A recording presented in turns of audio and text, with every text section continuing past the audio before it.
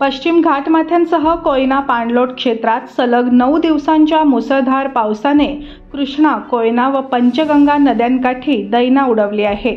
अशातच खबरदारी म्हणून कोयना धरणाचे दरवाजे 1.5 फूट उघडल्याचे सांगली, कोल्हापूर महापुराच्या उंबरठ्यावर असून कोयना काठही धास्तावला आहे।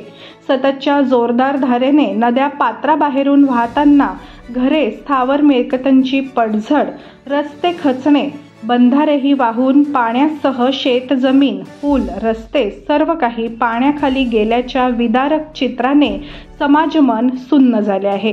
कोयना पाणलोट क्षेत्रात गेल्या 24 तासात 313 मिलीमीटर म्हणजेच 12.30 इंच आणि एकूण 3316 मिलीमीटर म्हणजेच 130.55 इंच पाऊस होताना पाण्याची आवक 55% झेपावली आहे।